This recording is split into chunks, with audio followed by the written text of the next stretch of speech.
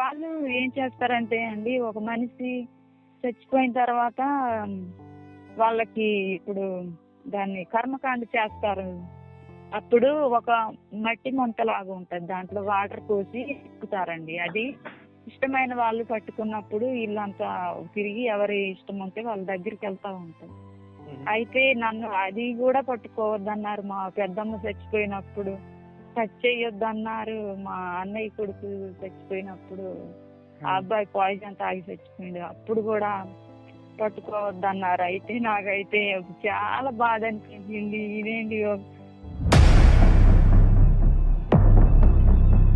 వీళ్ళు చర్చికి వెళ్ళినప్పుడు చెప్పేవాళ్ళు హిందూ దేవతల గురించి, వాళ్ళు విగ్రహాలు అని వాటి మీద చాలా దురుసుగా చెప్తుంటే నచ్చేది కాదు. ఏంటి హిందూ దేవతలను ఇలా చెప్తున్నారు ఇంతకాలం, వీళ్ళు హిందువులేగా, హిందుత్వం నుండి వచ్చిన వాళ్ళేగా, వీళ్ళు ఎందుకు ఇలా చెప్తున్నారు అని బాధ అనిపించేది. ఇప్పుడు మీరు పూర్తిగా దానిలో నుంచి బయటకు వచ్చేసినట్టే కదా కంప్లీట్ గా? ఇప్పుడు మీరు ఇంకా లైఫ్ లో ఎప్పుడు కూడా పాస్ట్ లైక్ ఒక్క రూపాయి కూడా మీరు ఇవ్వరు కదా? 8 సంవత్సరాల నుండి చూసానండి. ఇంకేం వెళ్తారండి? నువ్వు ఎక్స్ క్రిస్టియన్ ఛానల్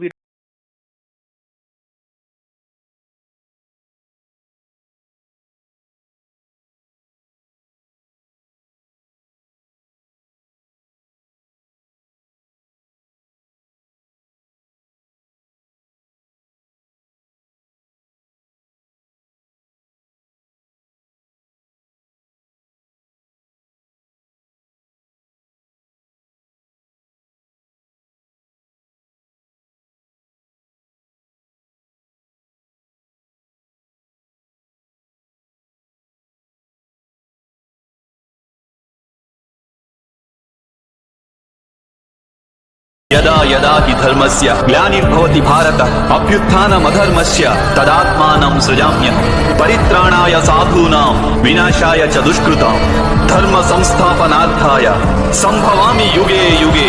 ఎప్పుడెప్పుడు ధర్మానికి హాని జరుగుతుందో, ఎప్పుడెప్పుడు అధర్మం వృద్ధి చెందుతుందో అప్పుడప్పుడు సత్పురుషులను ఉద్ధరించేందుకు, అధర్మపరుల వినాశనానికి, ధర్మాన్ని పునఃస్థాపించేందుకై నేను జన్మిస్తుంటాను. నేనే నాశనం లేని పరమాత్మను, నేనే మత్స్యావతారాన్ని, నేనే వామనావతారాన్ని, నేనే పరశురాముణ్ణి, నేనే రామావతారాన్ని కూడా, నేనే బ్రహ్మ విష్ణు మహేశ్వరులను, నేనే సరస్వతి లక్ష్మి పార్వతిని కూడా. నేను పురుషుడను కాను, స్త్రీని కాను, నపుంసకుడిని కాను. నేను శరీరాన్ని కాను, శరీర అవయవాలను కాను. నేను జ్ఞానాన్ని, సృష్టిని, చైతన్యాన్ని. నేను పరబ్రహ్మం, నేనే సర్వస్వాన్ని. అలాగే నేను ఏమీ కాను. హలో, ఇది ఎక్స్ క్రిస్టియన్ ఛానల్ వాళ్ళదేనండి? చెప్పండి అమ్మా, నేను ప్రవీణ్ కుమార్ మాట్లాడుతున్నాను. అదే మీరు వీడియోస్ చేస్తారుగా? అవునండి, వాటిని చూశానండి. అదే 8 సంవత్సరాల నుండి నేను చర్చికి వెళ్తున్నా అని చెప్పే కదండి? అవునండి. దాని గురించి చాలా వరకు అయితే ఇక ప్రార్థనలు చేస్తారులే కానీ అన్నిటికీ నెరవేర్పు రాదంటారండి. ఓకే, అంటే మీరు మధ్యలో మారిన వాళ్ళ బై బర్త్ క్రిస్టియన్సా? అంటే మీరు మధ్యలో మారిన వాళ్ళ లేకపోతే మీరు బై బర్త్ క్రిస్టియన్సా? మధ్యలోనే. నా అసలు పేరు 2015లో ఇక చర్చికి వెళ్ళానండి. అప్పటి నుండి స్టార్ట్ చేసినాను. అయితే వాళ్ళు ఇక మీరు చెప్తా ఉంటారుగా పాస్టర్స్ ఇలా మోసాలు చేస్తారని. అవును. అయితే అది చూసి అవును నిజమే, చాలా వరకు అయితే మా సంఘంలో కూడా ఇలాగే జరుగుతుంది. చాలా మంది అయితే విశ్వాసులు చాలా వరకు అయితే ఇప్పుడు బయటికి వెళ్ళిపోవడానికి అయితే భయపడతారు. ఎందుకంటే వాళ్ళు ఇప్పుడు పాస్టర్స్ ఉంటారు. వాళ్ళు స్టార్టింగ్ లో మీరు చెప్పారుగా, ముఖ్యంగా ఆడపిల్లల్ని, చిన్నపిల్లల్ని పాస్టర్ల దగ్గరికి తీసుకెళ్ళకూడదు. అవును. అయితే వాళ్ళు నిన్న కూడా పాంప్లెట్స్ ఇచ్చారండి మా ఆనపరెడ్డిపల్లిలో.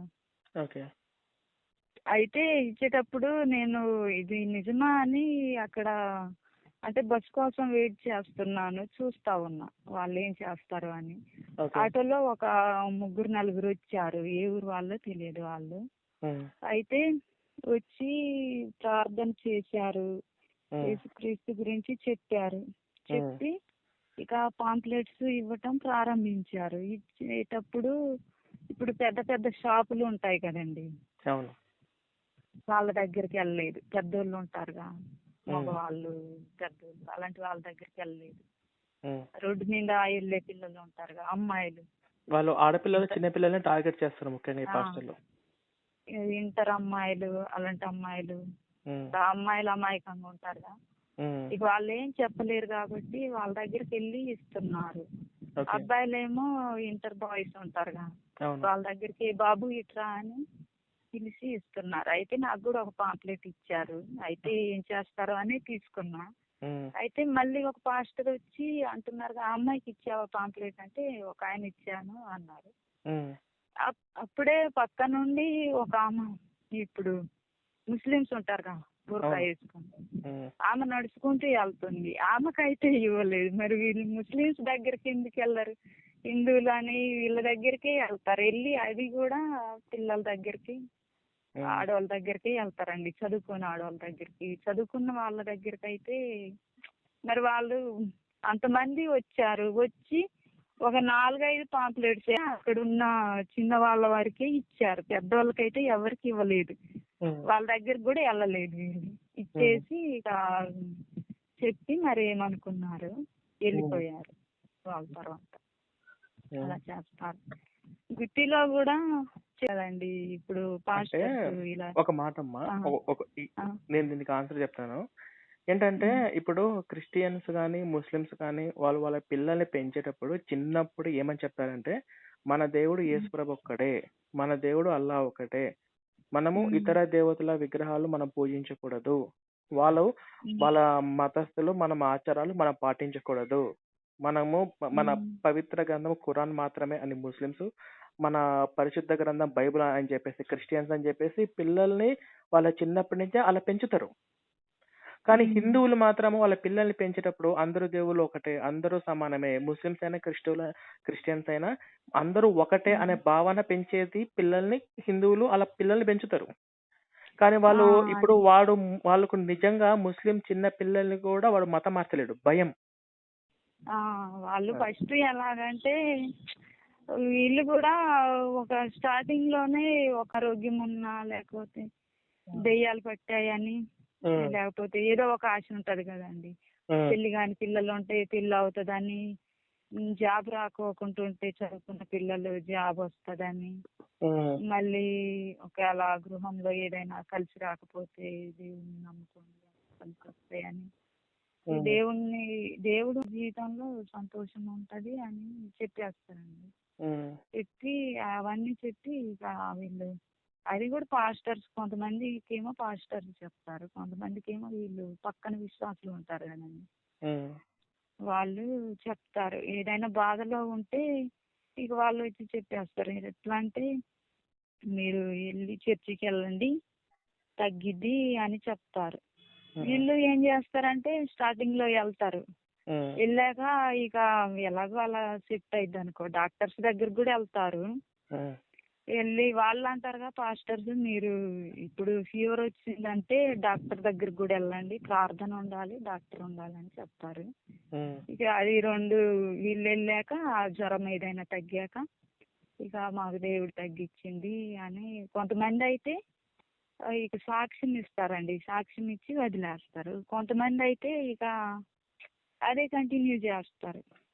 మా చర్చిలో ఏం జరిగిద్దంటే, ఇక 18 సంవత్సరాలు నిండిన పిల్లలు ఎవరైనా అన్యులుగా ఉండకూడదు, వాళ్ళకి బాప్టిస్మం తీసుకోవాలి అని చెప్తారు. అదే వాళ్ళది. ఇక పాక్కంది కదా, నువ్వు ఒకప్పుడు చదివేటప్పుడు స్కూల్లో నీకు మార్కులు ఎక్కువ వచ్చాయి, అన్ని బాగానే ఉండేవి, చదివేటప్పటి నుండి అసలు మేము చెప్పిన మాట నువ్వు వినట్లేదు, ఇక నీది నువ్వే చూస్తున్నావు, ఒక జాబ్ లేదు, వివాహం అన్నది లేదు, దేవుడే ఇస్తారంటారు కానీ ఏమి లేదు, ఎందుకు మన కుటుంబ పరిస్థితి ఇలా ఉంది, మళ్ళీ దశం భాగాలని లేకుంటే మీరు దశం భాగాలు ఇచ్చారా? అంటే మీరు దశం భాగాలు ఇచ్చారా? ఆ దశమ భాగం అయితే నేను ఎప్పుడు ఇవ్వలేదులే కానీ కానుకలు అయితే ఇచ్చేదాన్నండి మధ్య మధ్యలో. ఓకే. ఎంతెంత ఇచ్చారు? ఒక్కొక్కసారి 1000 రూపాయలు, 2000 1000 రూపాయలు కానుకలు ఇచ్చేవాళ్ళా? అంటే వాళ్ళు చెప్తా ఉంటారు. దాంట్లో ఏంటంటే ఇప్పుడు సపోజ్ ఏదైనా పండగ ఉంటది అనుకోండి, చర్చిలో రెండో రాకడ పండగ ఇలాంటివి ఉంటే వీళ్ళు అక్కడ చర్చికి వెళ్ళిన వాళ్ళు ఏం చేస్తారంటే నేను పండగ కానుక తెచ్చాను అని ఇక లేని వాళ్ళు కూడా 100 రూపాయలు 200 వేస్తా ఉంటారండి అందులో కానుక. అయితే వీళ్ళు కూర్చొని ఉన్న వాళ్ళు కూడా మిగతా వాళ్ళు వేసేటప్పుడు ఇక మేము వేయకుంటుంటే బాగోదు కదా అని వీళ్ళ దగ్గర వేరే వాళ్ళ దగ్గర అడిగైనా వీళ్ళు ఇక చర్చిలో నేను ఇంటికి వెళ్ళాక డబ్బులు నీకు ఇస్తాలే పనికి వెళ్ళి అన్నట్టు వాళ్ళు అడిగి అక్కడే వేస్తారన్నమాట డబ్బులు. భగవద్గీత చదువుతున్నాలే అండి. ఓకే, భగవద్గీత చదువుతున్నారా? అది ఎలాగంటే నేను కూడా భయపడ్డానండి. ఒకసారి విజయవాడ వెళ్ళినాం పోయిన సంవత్సరము. అయితే అదే కనకదుర్గమ్మ గుడి ఉంది, అక్కడికి వెళ్ళినాము. వెళ్ళాక వాళ్ళు సెల్ ఫోన్స్ లోనకి అలో చేయరు అన్నారు, టచ్ ఫోన్స్ అందరి. అయితే మేము ఒక కవర్ లో పెట్టి కారులో పెట్టి వెళ్ళినాం. వెళ్ళేసరికి ఒక 5-6 ఫోన్లు ఉంటాయి అవన్నీ. అయితే వాటిని ఇక దొంగలు ఎవరో తీసుకెళ్లారు అక్కడ నుండి.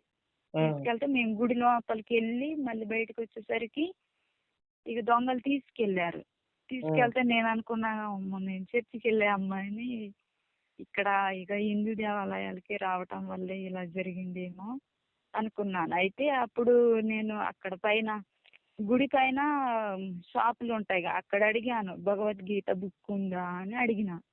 అడిగేసరికి వాళ్ళు ఇక్కడ లేదమ్మా అని చెప్పారు. చెప్పేసరికి ఇక దొరకకపోయేసరికి అయ్యో నేను ఆ బుక్ కోసమే ఇంత దూరం వచ్చిన, అసలు హిందూ దేవాలయాలకి రాకూడదు అనుకున్నా కూడా ఆ బుక్ కోసమే వచ్చా కదా అనుకున్నా. అయితే ఇక తర్వాత మేము బయటకు వచ్చేసరికి 8 అవుతుంది నైట్. అయితే అక్కడ నిలబడి మాట్లాడుతున్నాం మేము. ఫోన్లు పోయినాయి అంటే ఇక ఆలోచిస్తా ఉన్నాం. అయితే ఎవరు ఒక ఆయన కారు వేసుకుని వచ్చారు, కారులో వచ్చి ఆయన అంతమంది ఉన్నారు. మేము వెళ్ళిన వాళ్ళం ఒక 15 మంది ఉన్నాము. అంతమంది అడగలేదులే గాని నా దగ్గరికి వచ్చి ఆగి అమ్మ భగవద్గీత కొంటావా అన్నారు. నేను ఆశ్చర్యపోయాను, ఏంటి నేను అక్కడ ఎక్కిన బుక్ ఇక్కడ నన్ను వచ్చి అడగటం ఏంటి అనుకొని సరే ఎంత సార్ అని అడిగితే ఆయన నేను ఒక 140 కాపీలు తెచ్చాను, అన్నీ ఇచ్చేసాను, ఇంక 2 ఉన్నాయి అన్నారు. అంటే సర్లే కొంటా అని అడిగేసరికి ఆయన తీశారు బుక్. ఆ పుస్తకం లా ఉండేసరికి నేను అనుకున్నా అది 1000 రూపాయలు 1200 ఎంత చెప్తారు అనుకుంటే ఆయన 200 అని చెప్పారు. చెప్పి సరే నా దగ్గర ఛార్జీల వరకే ఉన్నాయిలే గాని 140 ఇస్తాను తీసుకుంటారా అన్నాను. అనేసరికి సరే తీసుకోండి అమ్మా అని ఆయన బుక్ ఇచ్చేసారు. అది తెచ్చి నేను ఇంట్లో పెట్టుకొని అప్పుడప్పుడు చదివేదాన్ని. అంత చదవలేదులే గాని ఈ మధ్యన చదువుకుంటున్నా. అయితే ఆ రకంగా ఆ బుక్ తెచ్చానండి. చూసావా మీకు దేవుడు అద్భుతం ఎలా చేశాడు? అవునా కదా? మా మందిరంలో కూడా ఇప్పుడు చాలా మంది చదువుకున్న పిల్లలు ఉన్నారు. వాళ్ళకి బైబిల్ చదవటం అన్నా ప్రార్థనలన్నా విసుకేలే గాని ఇక తల్లిదండ్రులు తీసుకెళ్తారండి వాళ్ళని. తీసుకెళ్లి ఇక పాస్టర్ చెప్పేది నిజము అని చెప్తారు. మా పాస్టర్ గారు అయితే 2వ తరగతి చదువుకున్నారు. 2వ తరగతి వరకు చదువుకున్నాడా మీ పాస్టర్? వాళ్ళు ఒక్కోసారి వీళ్ళు ఏం చేస్తారంటే మాకు అనిపిస్తుంది 2వ తరగతి చదివిన వాళ్ళు స్టేజీ మీద నిలబడి చెప్తా ఉంటే డిగ్రీ చదివిన మేము ఎడ్యుకేటెడ్స్ అవసరమైతే నేను ఎస్ఐ కోచింగ్కి వెళ్ళానండి. ఎస్ఐ కోచింగ్కి వెళ్ళాను. అంత పెద్ద బుక్స్ చదివేదాన్ని. ఈ బైబిల్ని ఒక నెల రోజుల్లో ఎంత ఈజీగా అయినా చదివేయచ్చు. అలాంటిది ఈ పాస్టర్ చెప్పేది మేము వినాలా, ఏదో వీళ్ళు చెప్తుంటే మేము వినాల్సిందే అన్నట్టు అనిపించేది. నేను ఒక్కోసారి పాస్టర్స్ని అడిగితే నాకు సమాధానం చెప్పేవాళ్ళు కాదు. ఎందుకంటే బైబిల్ చదవటానికి కూడా వేరే వాళ్ళకి అవకాశం ఇచ్చేవాళ్ళు ఎక్కువగా. ఒకవేళ నేను చదవటానికి ట్రై చేస్తే బైబిల్ తప్పులు చదవద్దు, నక్కి నక్కి చదవద్దు అనేవాళ్ళు. నాకు డిగ్రీ చదివిన వాళ్ళకి నేను తెలుగు అంత తప్పులు అయితే ఏమీ చదవను.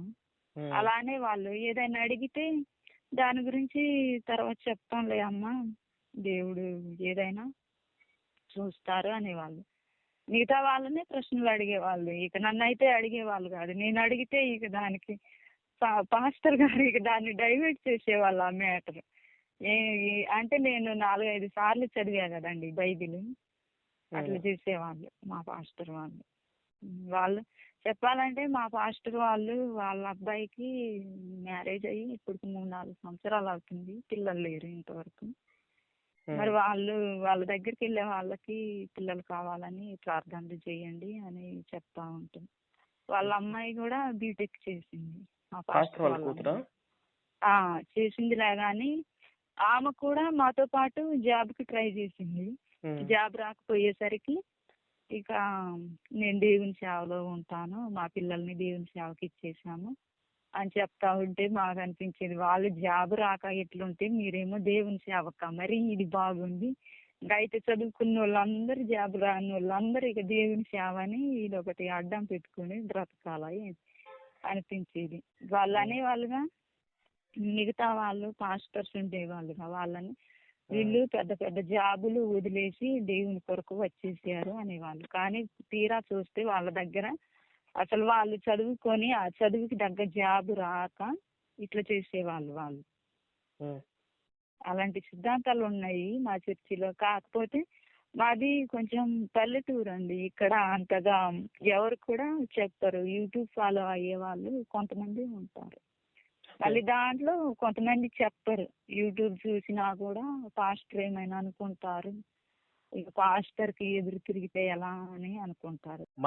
మనం చేస్తున్నది పెద్ద మిస్టేక్ ఏంటంటే, మీకు ఒక ఉమ్. మాట చెప్తున్నానమ్మా, చాలా జాగ్రత్తగా వినండి. నేను ఆ. అనుభవపూర్వకంగా చెప్తున్నాను, చాలా జాగ్రత్తగా వినండి. పాస్టర్ ఏమని ఉమ్. అనుకుంటాడేమో, పాస్టర్ అలాంటి ఫీలింగ్ ఎప్పుడు పెట్టుకోవద్దు. వాడు ఉమ్. అడుగు పెట్టిన ప్రదేశంలో పసుపు నీళ్ళు చల్లండి. వాడు ప్రార్థన చేశాడంటే ఆ ఏరియాలో దరిద్రం చుట్టుకున్నట్టే. ఎందుకంటే వాడి మైండ్ సెట్ ఏంటంటే, ఎలాగైనా సరే వాళ్ళని యేసు మతంలోకి తీసుకురావాలి. ఆ యేసు మతంలోకి తీసుకురావడం కోసము వాళ్ళు వాళ్ళ భర్తతోనన్నా విడగొట్టాలి, వాళ్ళ అమ్మతోనన్నా విడగొట్టాలి, అసలు వాళ్ళ కుటుంబాల మధ్య గొడవన్నా తెంచాలి. వాళ్ళ ఇంట్లో ఏమైనా హిందూ దేవ ఆరాధన పద్ధతులు ఉంటే అవి తీసి బయట పడేపించాలి. ఎలాగైనా సరే వాని జీవితం నాశనం చేయాలి. వాడి దగ్గర కానుకలు దశమ భాగాలు తీసుకోవాలి అన్న ఒక ఆలోచన, ఒక సైకో, ఒక శాడిస్ట్ మెంటాలిటీ కలిగి ఉన్నవాడు పాస్టర్. మా ఉమ్, వాళ్ళందరూ హిందువులే, అమ్మ వాళ్ళందరూ. ఉమ్, నేను ఒక్కదాన్నే చర్చికి వెళ్ళేదాన్ని. ఉమ్, అయితే మా అమ్మ వాళ్ళు చెప్పేవాళ్ళు, నువ్వు శ్రీరామనవమి రోజు పుట్టి ఇక అది అంత మంచి పండగ రోజు పుట్టి కూడా నువ్వు చర్చికి వెళ్ళటము, ఇలా బొట్టు లేకుండా ఉండటం మాకేం ఇష్టం లేదు ఉమ్. అనేవాళ్ళు ఇప్పుడు నువ్వు మా బొట్టు వాళ్ళు. పెట్టుకుంటున్నావా? బొట్టు ఆహా, ఇప్పుడు లేదండి, తీసేసాను. ఇప్పుడు ఎందుకు నేను పెట్టుకోవట్లేదు? పెట్టుకో, ఏం కాదు. ఇప్పుడు ఇప్పుడు ఆ, ఆ దరిద్రం నుంచి బయటకు వచ్చావు కదా, పెట్టుకో. అంటే నేను వాళ్ళని ఒకటి ప్రశ్నించానండి. ఎలా అయితే ఇప్పుడు పెళ్ళైనప్పుడు తాలిబొట్టు పెట్టుకుంటారు క్రిస్టియన్స్, ఉమ్, మెట్టెలు పెట్టుకుంటారు, పూలు పెట్టుకుంటారు, గాజులు అన్ని పెట్టుకుంటారు. ఆల్మోస్ట్ హిందుత్వం లాగే ఉంటది. కాళ్ళకి పసుపు అన్ని రాస్తారు, గోళ్ళకి గోళ్ళ రంగు మొత్తము ఇక అన్ని పెట్టేసుకుంటారు. కానీ ఒక్కటి ఎందుకు పెట్టుకోరు? మరి అది పెట్టుకుంటే దాంట్లో ఏముంది తప్పంటే అది పెట్టుకోకూడదు అది అంటారు. అన్యుల వల్ల పోలి ఉండరాదు అని చెప్పేసి బైబిల్లో ఉంటదిలే. విగ్రహాలు ఆ. కనిపించిన పలహారాలు మనం తీసుకోకూడదు, అన్యుల వల్ల పోలి ఉండరాదు అని చెప్పేసి ఉంటది. అంటే అన్యుల వల్ల నేను పోలి ఉండరాదంటే ఇప్పుడు మరి గాజులు వేసుకోవడము, చీర కట్టుకోవడము, పసుపు రాసుకోవడం, ఇదంతా మన సంస్కృతే కదా. అది అదంతా బైబిల్ ఎక్కడ ఉంది మరి చేయమని? మరి క్రిస్టియన్స్ అంటే వాస్తు చూడకూడదు అంటారు. ఉమ్, కానీ వాళ్ళు వాస్తు చూసి చాలా అయితే ఈ హిందూ సాంప్రదాయం లాగానే ఉంటది అంతలే గాని ఇక మేము ప్రకటించే దేవుడు యేసుక్రీస్తు అని ఇక అలా చెప్పేస్తారు వాళ్ళు. ఇప్పుడు హిందువులు ఉన్నారండి, వాళ్ళు విగ్రహాలకి అర్పించింది తింటారు అంటారు. అది మేము తినకూడదని ఒకటి ఉంటది చెప్తారు. సరే, అది పక్కన పెడితే మరి ఒకవేళ ఎవరికైనా బాగలేనప్పుడు బ్లడ్ డొనేషన్ చేయాలంటే అప్పుడు ఒక హిందువు వస్తారు, అప్పుడు వాళ్ళల్లో ఇది కలిసిపోద్దిగా. మరి అప్పుడు అదెలా పవిత్రమైనది అవుతుంది. ఒక అదే కదా. సపోజ్ ఒక క్రిస్టియన్ కి ఎవరికైనా యాక్సిడెంట్ అయితే హిందూ వచ్చి హెల్ప్ రక్తం చేసేటప్పుడు ఇవ్వాలనుకుంటే మరి వాడు ఆ, బ్లడ్ గ్రూప్ చూస్తాడు కానీ వాడు నమ్మిన దేవుడు ఏంటి, వాడు మతం ఏంది, వాడు ఆ, కులం ఏంది చూస్తారా? చూడరు. మా వాళ్ళు కొంచెం అంటే మాది గ్రామం కదండి. మా వాళ్ళు పొలంలో వరి కోసేటప్పుడు కోళ్ళను కోస్తారు.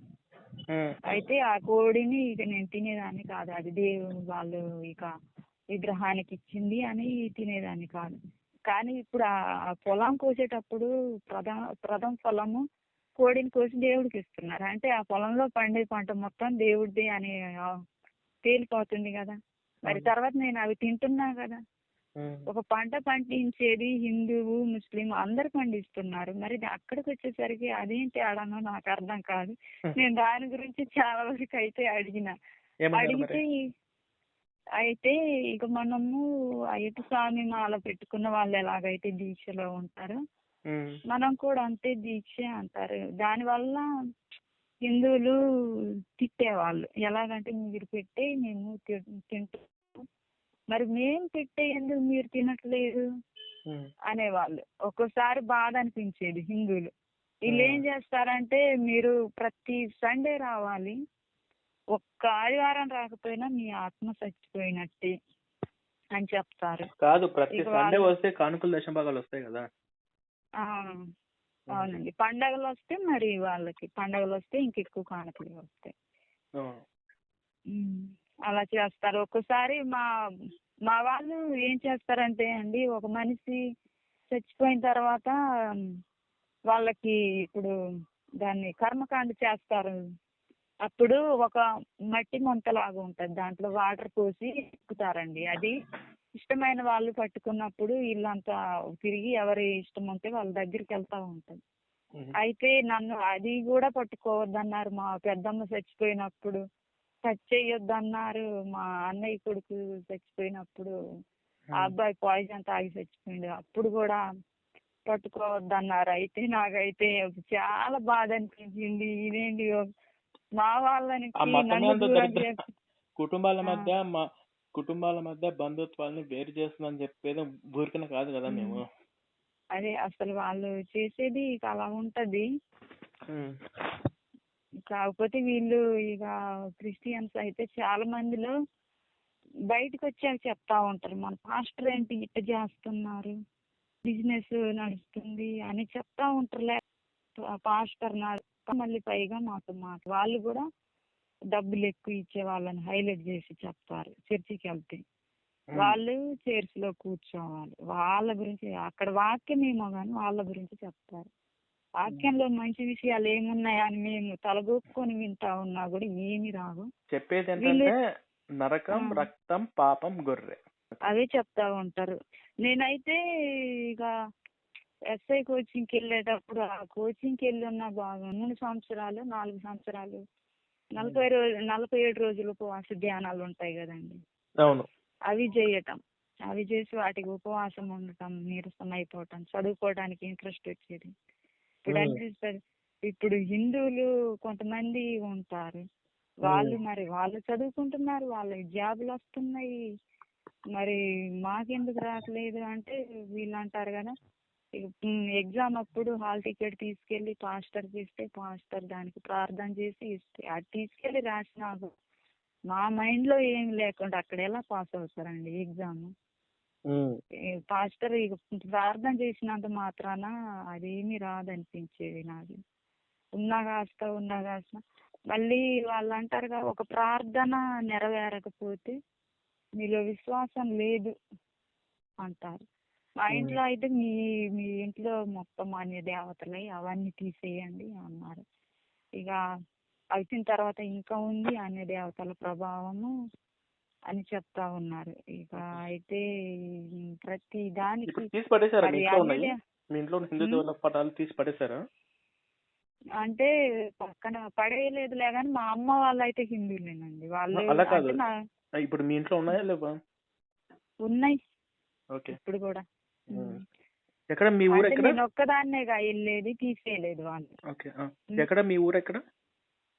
మాది రండి, ఒకసారి మీరు రావచ్చండి. ఎలాగంటే మా వాళ్ళు అయితే ఇప్పుడు క్రిస్టియానిటీలోకి స్టార్ట్ అవుతున్నారు. ఎస్, ఇప్పుడు వాళ్ళందరికీ నేను మోటివేషన్ చేయగలను. ఒక చిన్న నేను ఒకటి చెప్తానండి. ఇప్పుడు నేను చెప్పేది మీరు వీడియోని నేను రికార్డ్ చేస్తాను. నేను మాత్రం మీ పేరు, మీరు చెప్పిన ఊరు, మీ డీటెయిల్స్ మొత్తం అన్ని కూడా మ్యూట్ చేసి ఉంచుతాను. నేను అవి నేను బయటికి పెట్టాను. కాకపోతే వాళ్ళ దగ్గరకు అయితే వెళ్ళి చెప్పనండి. ఇప్పుడు నేను చెప్పేది గనక మా చర్చిలో తెలిస్తే మా పాస్టర్ గారు యూట్యూబ్ ఫాలో 100% ఒకవేళ ఇది యూట్యూబ్ లోకి వెళ్తే ఎవరైనా మా సంఘస్థులు చూస్తే ఆ అమ్మాయి యూట్యూబ్ లో చెప్పిందని చెప్తే అది ఇక చర్చిలో వినిపిస్తే ఇక అక్కడ వాళ్ళకి మార్పు వస్తే రావచ్చు. ఎందుకంటే వాళ్ళు పాస్టర్ కి భయపడతారు. పాస్టర్ గారు ఇక తిట్టేస్తారు అన్నట్టు పాస్టర్ కి భయపడతారు. అందుకని నేను వాళ్ళకి ఎవరికి షేర్ చేయను. నాకు తెలిసి మీ పాస్టర్లు తెలిసే ఉండొచ్చు, మా వీడియోస్, మా ఛానల్స్ అన్ని తెలిసే ఉండొచ్చు ఆల్మోస్ట్. ఇప్పుడు మీకు గుత్తిశాల తెలుసా అండి? గుత్తిశాల తెలియదండి. అది అంటే ఈ ప్రపంచంలో విస్తీర్ణంలో ఎలా ఈ మధ్యాహ్నం రికార్డు కూడా వచ్చింది దాని మీద. గుత్తిశాల అక్కడైతే బాగా వెళ్తారు జనాలు. ఒక మందిరంలో 61,000 మంది కూర్చొని ఒకేసారి ఆరాధన చేయొచ్చు. మా ఇంటికి అయితే నేను ఒక్కదాన్ని ఇప్పుడు వచ్చేవాళ్ళు కాదు. ఆ పాస్టర్ గారు మాకు బ్రదరే అవుతారు. అయితే ఒకవేళ ఇది తెలిస్తే మా అమ్మ వాళ్ళు అడుగుతారు, ఎందుకు ఆయన అన్నయ్య కదా, నువ్వెందుకు అన్నయ్య మీద ఇలా చెప్పావు అంటారు. అన్నయ్య అవుతారు మాకు ఆ పాస్టర్ గారు. వాళ్ళు కూడా ఇక మారొచ్చు. ఒకేలా చాలా మందికి అయితే ఇష్టం లేకుండానే వెళ్తున్నారు చర్చికి. వీడియోస్ చూస్తే మరి అది వాళ్ళ ఇష్టం. నాకైతే తెలియదు. ఎందుకంటే నేను చూసి అంటే నాకు ఇప్పటికి 3-4 సంవత్సరాల నుండి అవి ప్రార్థనలు చేస్తున్నాలే కానీ అవి ఇంతవరకు నెరవేర్పు అయితే రాలేదు. వాళ్ళు అన్నారుగా, మరి మనం చేసిన ప్రార్థనలు నెరవేర్పు రావడం లేదంటే నీలో విశ్వాసం లేదన్నారు. విశ్వాసం గురించి మాట్లాడితే యోబుని ఎలా పరీక్షిస్తారు, దేవుడు అలా పరీక్షిస్తారు మిమ్మల్ని అని చెప్తున్నారు. దానికి దీనికి లింక్ పెట్టి మొత్తానికైతే ఏదో ఒక సమాధానం చెప్పి పంపిస్తారు వాళ్ళు. అయినా కూడా మా పాస్టర్ గారు కూడా నాతో అంత మాట్లాడరు. ఎందుకంటే ప్రతిదానికి నేను ఇట్లా ప్రశ్నలు అడగటము అలా చేస్తాగా, వాళ్ళకి నా జోలికి అయితే రారు. వేరే వాళ్ళతో బైబిల్ చదివించటం, పాటలు పాడటం అవి చేస్తారు. నేను సొంతంగా సిస్టర్ని అవుతాను మా పాస్టర్. అంటే వాళ్ళు మా పెద్దనాన్న వాళ్ళు అవుతారు. మీ పాస్టర్ అన్నయ్య అవుతారు నాకు. ఇప్పుడు మా ఊళ్ళో కూడా వాళ్ళు చాలా మంది ఉన్నారు పాస్టర్ని నమ్మే వాళ్ళు. ఏది చెప్పినా పాస్టర్ చెప్పింది వేదం. ఒక సండే వస్తే డైలీ వెళ్ళాలి. సండే రోజు దేవునికి మనం ఒక 10% ఇస్తే దేవుడు మనకి ఎక్కువ ఇస్తాడు అనే భావంలో ఉంటారు. దానివల్ల మా అమ్మ వాళ్ళు అనేవాళ్ళుగా, ఏంటి నువ్వు ఎప్పుడైనా డబ్బులు వస్తే ముందు దేవునికి కానుక ఇవ్వాలి అని అడుగుతావు, ఇవ్వాల్సిందేనా, ఏమైనా దేవునికి ఇచ్చేది నువ్వేమన్నా లంచమా అనేవాళ్ళు. లంచం కాదులే కానీ కానుక అని చెప్తే వాళ్ళు ఇక నువ్వు ఇస్తేనే కార్యాలు జరుగుతాయి అంటే ఇక వేస్ట్, అయినా అన్ని నీకు నచ్చినట్టే చేస్తావు అనేవాళ్ళు. వాళ్ళు నన్ను కూడా అంత ఫోర్స్ చేసేవాళ్ళు కాదు. నేను కూడా మా అమ్మ వాళ్ళందరూ హిందువులు కాబట్టి వాళ్ళని గౌరవించేది. ఎలాగంటే నాకు చిన్నప్పటి నుండి వినాయకుడు అంటే ఇష్టం అండి. వినాయకుడు బొమ్మ చేయటము బాగా ఇష్టం.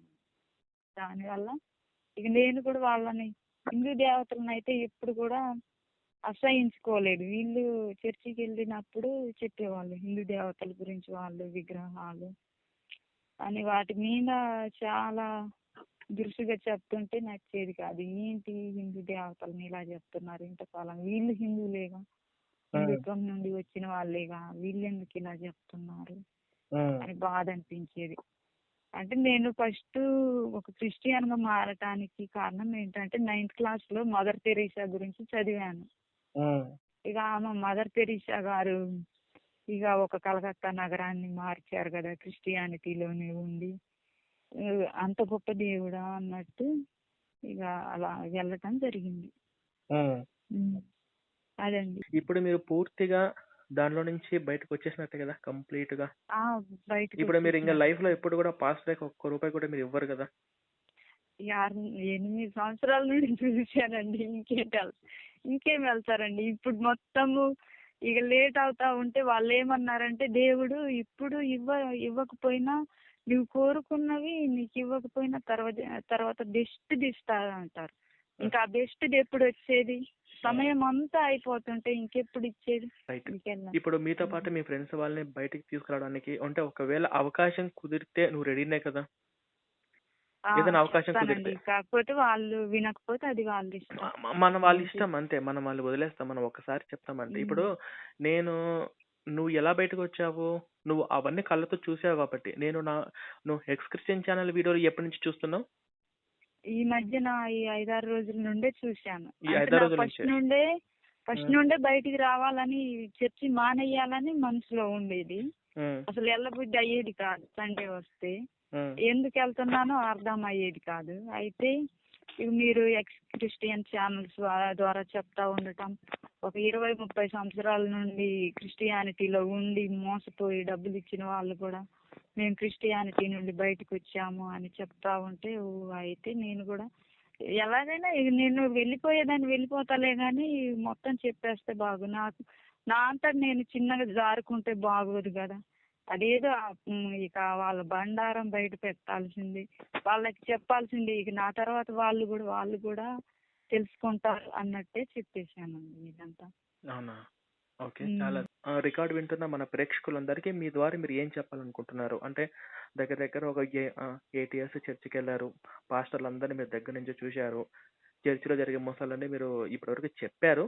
కానీ ఈ రికార్డ్ వింటున్న మన వాళ్ళందరికీ మీరు ఏం చెప్పాలనుకుంటున్నారు? అంటే నేనేం చెప్పాలనుకుంటున్నానంటే, స్టార్టింగ్ లోనే వాళ్ళు మీ ప్రార్థనలు నెరవేరుతాయి అనే ఒక మైండ్ థాట్ పెడతారు. మీరు ఏది కోరుకుంటున్నారో అది ఖచ్చితంగా దేవుడు ఇచ్చేస్తారు అని చెప్తారు. కానీ వెళ్ళిన తర్వాత అది ఒకవేళ నెరవేరకపోతే అంతకంటే బెస్ట్ది ఇస్తారంటారు.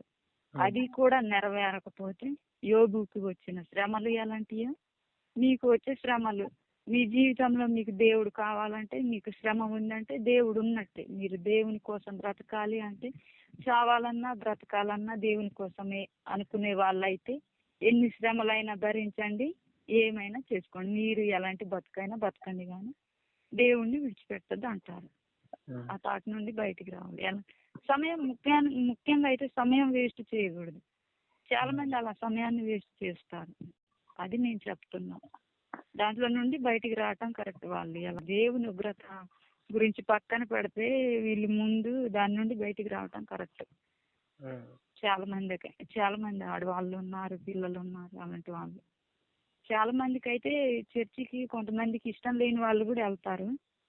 వాళ్ళు కూడా ఇప్పుడు ఏం జరిగిద్దో, ఒకవేళ బాప్తిస్మం తీసుకున్నాగా, తీసుకొని చర్చి మానేస్తే ఏమవుతుందో అనే భయంలో ఉంటారు. ఆ భయం నుండి బయటికి రావటం మంచిది అనిపిస్తుంది. అదేనండి నేను చెప్పి. ఓకే. ఇప్పుడు మీరు నాతో పాటు నేను చెప్పింది మీరు చెప్తారా? ఓకే. హరే కృష్ణ హరే కృష్ణ హరే కృష్ణ హరే కృష్ణ కృష్ణ కృష్ణ కృష్ణ కృష్ణ హరే హరే హరే హరే హరే రామ హరే రామ హరే రామ హరే రామ రామ రామ రామ రామ హరే హరే హరే హరే. కృష్ణం వందే జగద్గురు కృష్ణం వందే జగద్గురు కృష్ణం వందే జగద్గురు కృష్ణం వందే జగద్గురు. ఓకే. ఇక నుంచి మీరు ఆ దరిద్రం ఇప్పటితో మీతోటి పూర్తిగా వదిలినట్టే. మీరు ప్రతిరోజు చక్కగా భగవద్గీతనే చదవండి. ఇంకా మంచి టెంపుల్కి వెళ్ళండి. అక్కడ మీ ఊరి దగ్గరలోనే అది పెద్ద టెంపుల్ కూడా ఉంది. అక్కడికి వెళ్ళండి, మనసు ప్రశాంతంగా ఉంచుకోండి. శివాలయం ఉంది, ఆ టెంపుల్ కూడా వెళ్ళండి, కూర్చోండి, మనసు ప్రశాంతంగా పెట్టుకోండి. ఈ 8 సంవత్సరాలు చేసిన పొరపాటు అంటే ఈయన యేసు దేవుడని చర్చికి వెళ్ళి వాళ్ళ కానుకలు దశ భాగాలు ఇచ్చి వాళ్ళు చెప్పిన మాటలు, ఈ ఏడుపు కొట్టు ప్రార్థనలు, ఇవన్నీ కూడా ట్రాష్. మీరు బయటకు వచ్చినట్టు మీరు చేయాల్సిన కర్తవ్యం ఏంటంటే మీతో పాటే మీ వోళ్ళని ఎలా బయటకు తీసుకురావాలి అంటే మీరేమి ఎవరికి పడితే వాళ్ళకి ఇవ్వద్దు. మీ దగ్గర అంటే మీ చర్చికి వెళ్ళినప్పుడు మీ చర్చి ఫ్రెండ్స్ ఉంటారు కదా వాళ్ళు మీ మాట చెప్తే వినే వాళ్ళు ఉంటారు కదా, ఒక ఇద్దరు ముగ్గురు మొత్తం మీద. వాళ్ళకి మాత్రమే నేను రాసిన పత్రికలు ఇవ్వు, వాళ్ళకి మాత్రమే నేను చేసిన వీడియోలు చూపించు చాలు. అంతే. ఓకేనా? సరే సరే అండి. ఓకేనమ్మా, మరి ఉంటానమ్మా, మరి బాయ్, జాగ్రత్త. సరే అండి.